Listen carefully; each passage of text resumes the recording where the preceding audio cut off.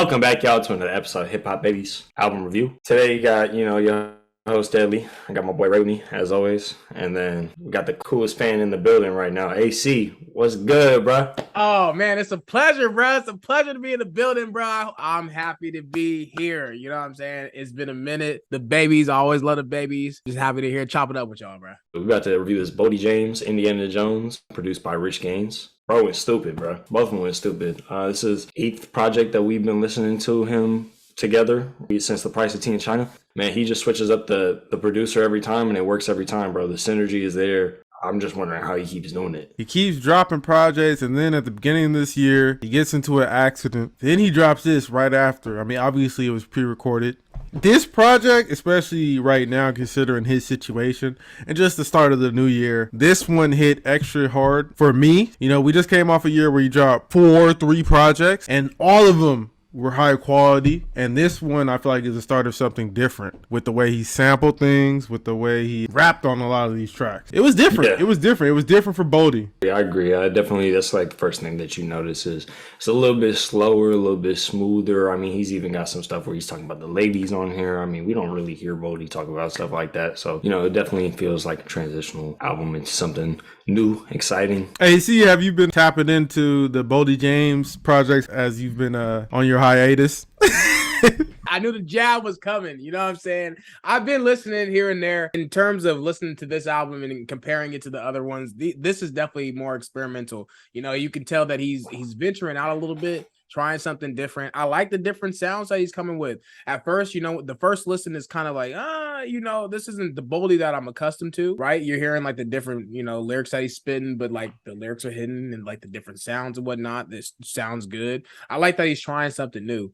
I mean, that's a true artist. A true artist doesn't stay, in one box, right? They branch out of the box and, try something different. So shout out to him for that. There's been some great tracks on here that I did not think I would like. Off the first listen, I was like, I don't know. Should I skip it? Stuck through, listen to it. And I came back to it. I'm like, oh, no, this is cool. I'm rocking with it. There's a lot of long breakdowns in the beats. They were so simplistic, right? In the beginning, it was just like one noise. And then it would pick up like 15 seconds later, you get another one. And then the drums would drop and he would come in. Like, damn, bro, this song hit. I totally feel it. Like, a lot of these have some long intros. And just being so simple, there's not a lot to work with. So, you kind of really got to tune in on each individual sound and take it for what it is. Even for me as a Boldy fan, this album was, when I first listened to it, I had to sit with it. The first track, I was not expecting that.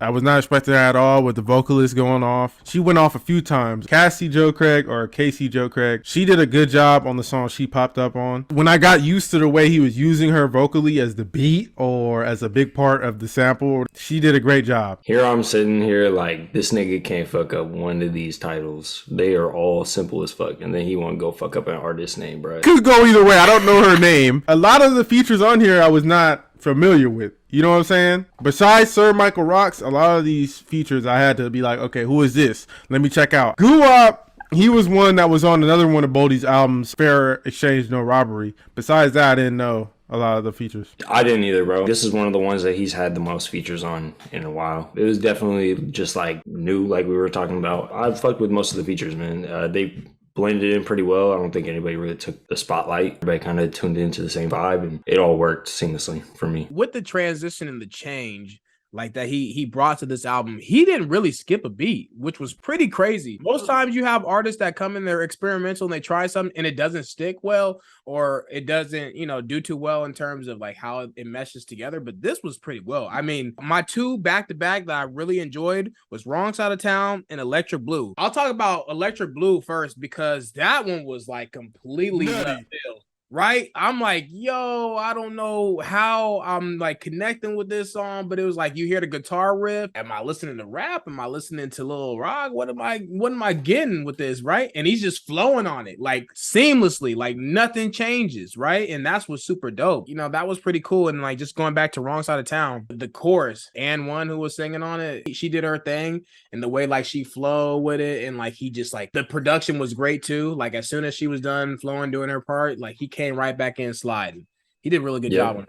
He didn't miss. I think it just speaks to the testament of the artist, man. Like, we only been listening to him since 2020, but I could tell this nigga been rapping for like 20 years, bro. The way that he goes on to different genres, different types of beats and stuff. He's dropped like 8 projects in 2 years, right? Bro, he's just been holding it in this whole time. He finally started dropping, bro. He can't miss because, this is the first taste we getting. Like, how much longer does he got? Probably fucking at least 5 years. Yeah, hopefully, because the rate he drops projects is crazy. All of them quality. They're usually all really good to damn near great project. He knows how to get a sample or get a producer and really focus and hone in on the skills as far as rapping with this producer. I wasn't familiar with the producer on this, RichGains. I gotta check out more of his work now after this, just like Kunz, the other producers he works with sometimes. This is different. I love the guitar samples and the way he works in samples on some of these tracks. 8 Days is another good one. 8 Days of Good Cocaine, and the way he uses a lot of effects on the samples to make them sound different than probably if you heard the original song. Some of the production on this is like, what? I was just going to bring that track up because that was another one out of the pocket of different sounds and like music that you're not traditionally hearing with rap. That was one, like 8 Days. That was like, what? I don't really know who the producer is. I don't know if y'all did like the research and like really like checked on his other projects that he's worked on, but I wonder if he's kind of in this realm of mixing different sounds and meshing them together. I really didn't, bro. I didn't look into him at all. I just kind of took it at face value. I just went into it and I was like, yeah, like, didn't know he really experimented on here. And I wonder if it was just a RichGains type thing or if it was, Boldy trying to tell him that I need this certain sound or whatever. I know that on Fair Exchange, No Robbery, Nicholas Craven has said that he just tried to make beats as a Boldy fan. What do I want to hear Boldy rap on, right? So, it's really cool to try to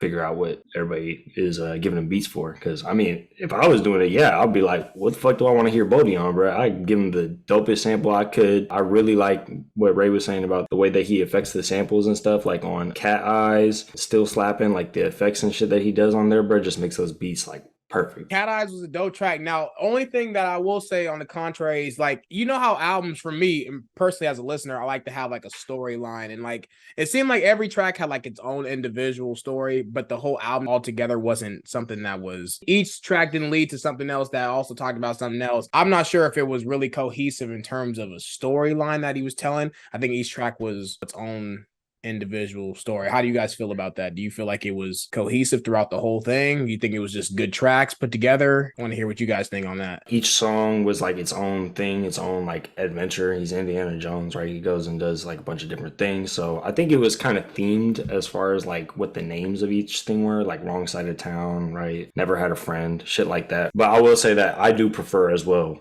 to have a cohesive album, or if you're going to break it down to the point where they're each individual stories, if you're going to do something like MF Doom does where every bar is its own story, that's impressive. That's some shit that's like, I really tune into. But each individual song being its own thing is, anybody can put a bunch of singles together, right? But I do think it was themed as far as like the production and like the naming of the tracks. Boldy James hasn't really dropped a concept album. I think the closest was Manger on McNichols, and even then that wasn't a concept. So I'm not going into this expecting a story from track 1 to track 20, but he knows how to make a cohesive project as far as the sound and as far as what he's rapping about. A lot of these songs he's talking about how the game has changed or how he's had to change with the game as a lot of things have happened. A lot of pain, a lot of trauma. That's why I bring up Manger on McNichols, because that project was also like that. I find these are a lot of bleak introspective bars. I think this project took me a little bit of time to adjust to because he's been back up on his just like, I'm rapping about the game, but I'm cruising over these beats. This one, it sounded like he had to adjust a little bit. Like you said, Electric Blue, that was a different flow for him.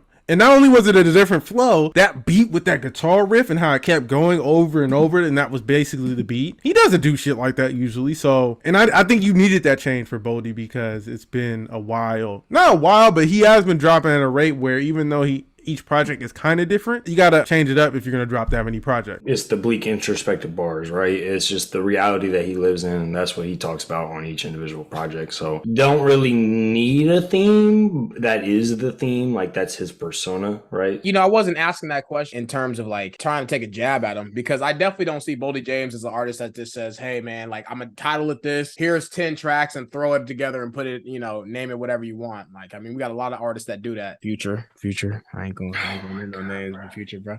I think he did a good job, and like the name of the theme of the album is Indiana Jones. That's a great point. I didn't think about that either, Lee. Like, you know, hearing the different sounds and putting the titles together and putting the album name together, that makes a lot of sense. Like the guitar riff, the wrong side of town, like Ray was saying, that now it's starting to tie together a little bit for me. So that's why it's great to do this podcast, because like you hear different perspectives. Listeners tune into the podcast, Hip Hop Babies podcast. It was really good to hear y'all different perspectives, because I really didn't think about it like that. I think eventually he can, but for this one, it was fine. Titling it, Lee brought up Indiana Jones. Indiana Jones is a reference, I think, to finding gold or, you know, treasure in places that can harm you. And as we know, he's from Detroit, been through a lot. Obviously, he raps about all the stuff maybe he might have went through, or, you know, allegedly, of course, you know. Boldy has found a way to find treasure in places where you wouldn't find it usually. And I think with this project, he keeps it going. As we go into it, Frozen is a song about pain to me. You're doing pills, you're doing stuff to cope with the pain. You're going through changes as far as like you separating from your family. He says, to my mama, I'm the real black Superman. Like touching on stuff like that, he's basically saying like, I've had to be the rock. I've had to be the person who's persevered throughout everything, and it's not supposed to feel pain. He's had to learn how to express himself and deal with a lot of stuff he's been through. Can we talk about how this shit's still banging though? Like, even though this nigga got hella pain on here, this shit's still slapping. Just Yeah, like the track, slap. bro. It's crazy, man. Really came different with this one.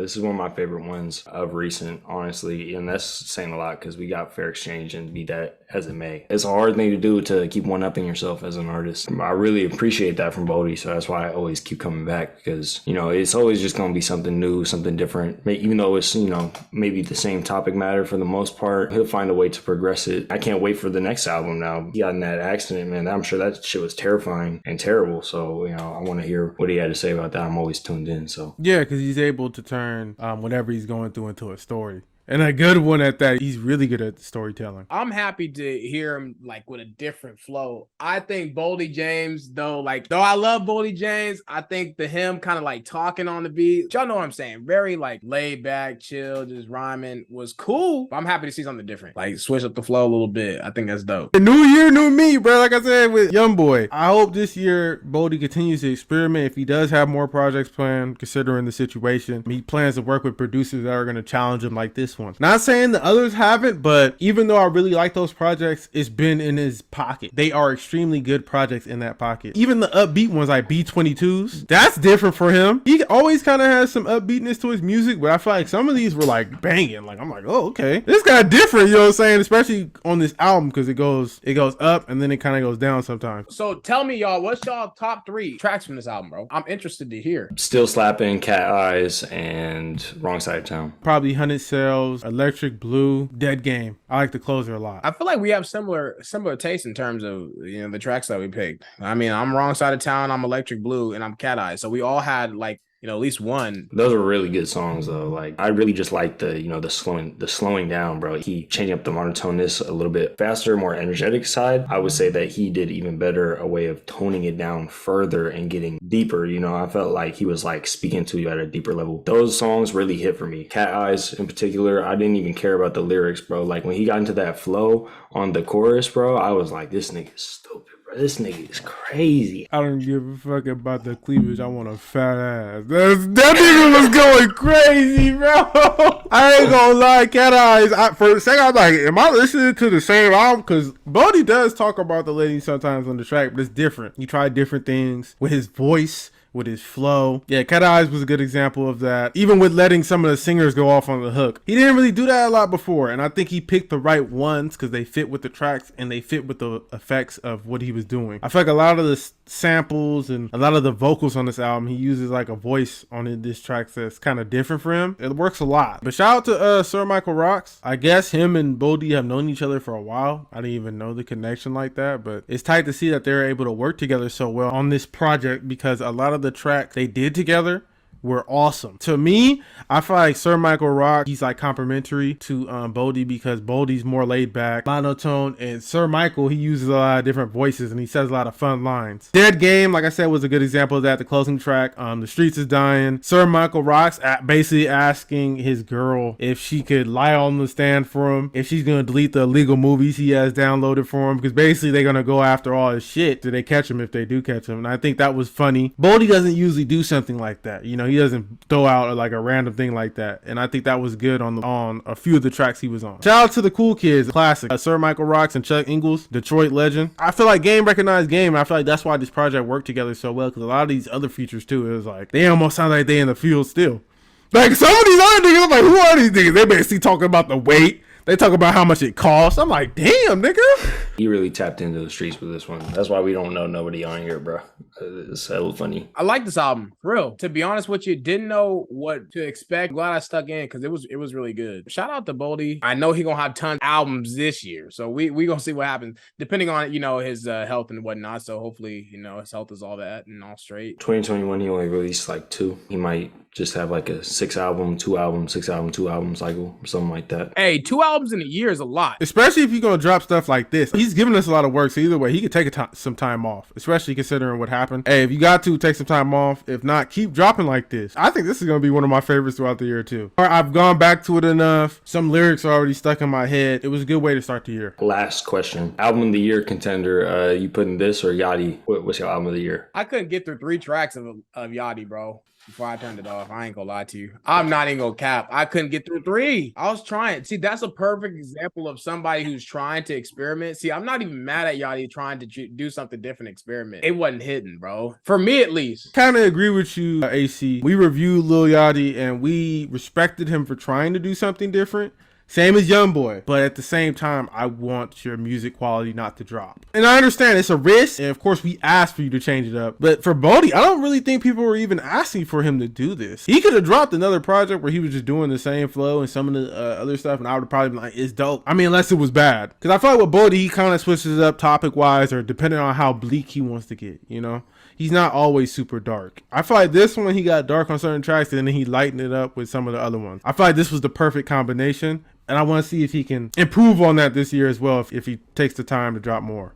Knowing him, he probably already has 10 more albums recording. He's just waiting to drop them. That's about it that we got for this album review. Thank y'all so much. This is a great album. Make sure y'all check out Boldy consistently.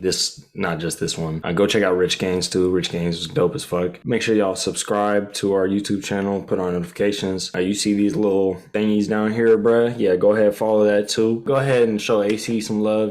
Big Carts Fitness. I'm just appreciate y'all having me on here, bro. For real, I'm happy to be here with y'all. It's been a lot of fun, just like the old time. I'm sorry I've been away for long, but you know what I'm saying? Whenever I can be here, I'm here. So I'm happy to do this with y'all. Subscribe, like, comment. Let us know how you feel about it, man. Tell us about it. We love the interaction. You know what I'm saying? Follow us on the socials. Appreciate it, babies. Boldy and RichGains, if you are listening, this is all y'all guys dropped together. That's fine, but I would love another one of these. Indiana Jones goes on multiple adventures, as Dead Lee says. So this is a combo I can see working for a little bit, just like you and Alchemist. You know what I'm saying? So yeah, keep it coming. Everybody listening and watching, thank you. That being said, peace.